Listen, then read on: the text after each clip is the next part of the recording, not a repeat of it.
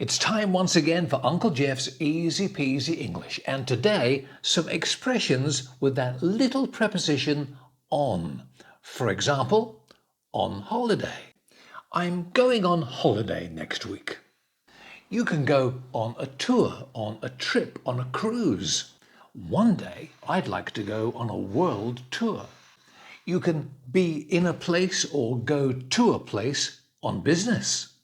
Samantha's away on business at the moment. You can be or go on strike. There are no trains today. The drivers are on strike. And you can go on a diet. I've put on weight. I'll have to go on a diet. Which means no more biscuits for Uncle Jeff. English expressions with on, easy peasy. Thank you for watching. We'll see you next time on Uncle Jeff's Easy Peasy English. Bye-bye for now.